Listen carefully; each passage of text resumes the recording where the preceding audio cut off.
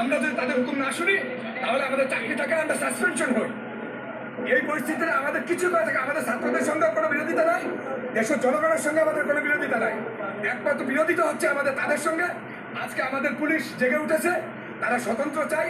আমরা কোনো স্বরাষ্ট্রমন্ত্রী, কোনো রাজনীতিক, কোনো নেতার পিছনে আমরা থাকতে চাই না। পুলিশকে স্বতন্ত্র করে দেওয়া হোক, পুলিশের আইজির কমান্ডে আমরা চলবো। আমাদেরকে কোনো নেতা কমান্ড করবে না যে তোমরা বিএনপিকে ধরে নিয়ে আসো, তোমরা আওয়ামী লীগকে ধরে নিয়ে আসো। আমরা পুলিশ, আমরা কখনো চাই না বিতর্কিত হতে। আমরা জনগণের সেবা করতে চাই, মানুষের বন্ধু হতে চাই। আমাদের আস্থা আছে, আমাদেরও পরিবার বাইরে থাকে। আজকে আমাদের পরিবারের নিরাপত্তা নাই, আমাদের নিরাপত্তা নাই, আমাদেরকে মানুষ থুতু মারে।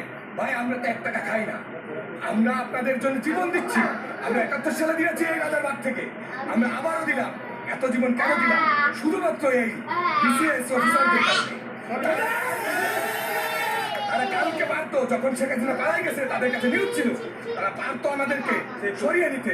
তারা শুধুমাত্র একবার যদি বলতো বেঁচে তোমরা সরে যাও, আমরা সরে যেতে পারতাম, আমাদের এত পুলিশ নিহত হতো না।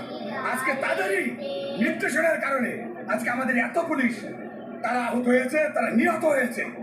আপনার প্রত্যেকটা থানাতে আগুনে পুড়ে আমার ভাইয়েরা যেভাবে আছে, আমরা এখনো লাশগুলো পাই নাই।